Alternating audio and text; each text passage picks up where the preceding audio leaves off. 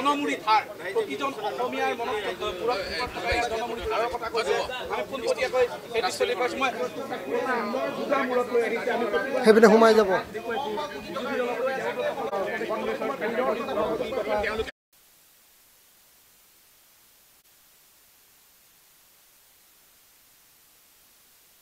মানে এইটো সদনৰ অৱমাননা বুলিয়ে ক'ম। আৰু মুখ্যমন্ত্ৰী মহোদয় নিজে হ'ল সদনৰ হাউচৰ লিডাৰ হৈ পেলাই তেখেতে আমাৰ বিধানসভাৰ পৰিসৰত কিবা হ'লে অধ্যক্ষ মহোদয়ক সম্পূৰ্ণ অধিকাৰ দিয়া হয়, কৰ্তৃত্ব দিয়া হয়। তেখেতে যেতিয়া মন্ত্ৰীয়ে কয় যে পুলিচ আমি কণ্ট্ৰল কৰোঁ, মুখ্যমন্ত্ৰীয়ে তেনেকৈ কয়। তেনেকৈ কোৱাৰ পিছত মুখ্যমন্ত্ৰীয়ে সদনৰ মৰ্যাদা হানি কৰা কামটো কিয় কৈ আছে? তেওঁক কোনেও কোৱা নাই। তেখেতে কৈছে যদি মমিন ডাঙৰীয়ে কেছ দিয়ে আমি তদন্ত কৰিম। কিন্তু আমাৰ হাউচৰ ভিতৰৰ কামখিনিৰ কাৰণে অধ্যক্ষ আৰু বিধানসভাৰ নিজৰ ৰুল আছে, আইন আছে। সেই গতিকে আমি বিচাৰোঁ প্ৰথমতে সদনত এই বিষয়ে তদন্ত হওক।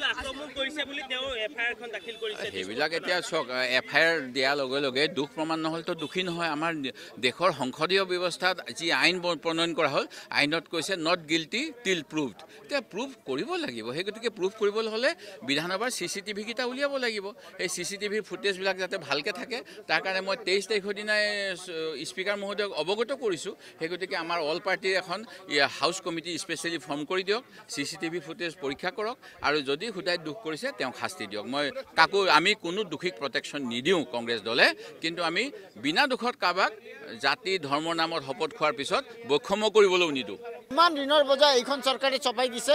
উন্নয়নৰ নামত একো নাই, অকল প্ৰতিদিনে কোটি কোটি টকা ধাৰ লৈ আছে। আৰু অহা দিনত এই অসমৰ সমাজে এই ধাৰখিনি কেনেকৈ পৰিশোধ কৰিব তাৰ কথা একেবাৰে চিন্তা কৰা নাই, আৰু অকল নিজৰ যিটো মন গৈছে তেনেকৈ কৰি আছে। সেইকাৰণে আজি আমি বিৰোধী দলৰ সকলো বিধায়কে আমি ওলাই আহিছোঁ এইটো ৰাইজৰ মাজত দেখুৱাবৰ কাৰণে যে 9 বছৰ আগত অসমৰ অৱস্থা কি আছিলে আৰু 9 বছৰ পিছত আজিৰ দিনত কি অৱস্থা আছে। এই মানে কংগ্ৰেছৰ দিনত 35,000 কোটি টকা ধাৰ লওঁতে কৈছিল যে দেশখন বৰবাদ হৈ গ'ল। এই চৰকাৰে শাসনভাৰ লোৱাৰ লগে লগে 2016, কিন্তু এতিয়া লাখে লাখে 1.5 লাখ কোটিৰো ওপৰত ধাৰ লোৱাৰ পিছতো কৈ আছে যে নাই ধাৰ লোৱাটো ভাল। অসমৰ প্ৰতিগৰাকী জনসাধাৰণৰ মূৰত 47,000 টকাতকৈ ওপৰত জনমূৰি যিটো ঋণৰ বোজা এই চৰকাৰে জাপি দিছে। গতিকে ৰাজ্যখনৰ ভৱিষ্যত অন্ধকাৰৰ ফালে গতি কৰিছে।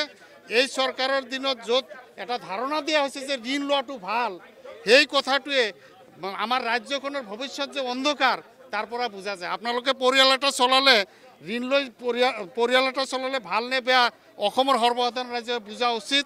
কংগ্ৰেছৰ দিনত জনমূৰি আপোনাৰ ঋণৰ বোজা আছিলে 10,000 টকা, আৰু আজিৰ তাৰিখত 47,000 টকা ক্ৰছ কৰি গৈছে। গতিকে ৰাজ্যখনৰ ভৱিষ্যত এই চৰকাৰৰ হাতত অন্ধকাৰৰ ফালে লৈ যোৱাৰ মানে নিৰাপদ নহয়। এই চৰকাৰৰ হাতত ৰাজ্যখনৰ ভৱিষ্যত আৰ্থিকভাৱে নিৰাপদ নহয়।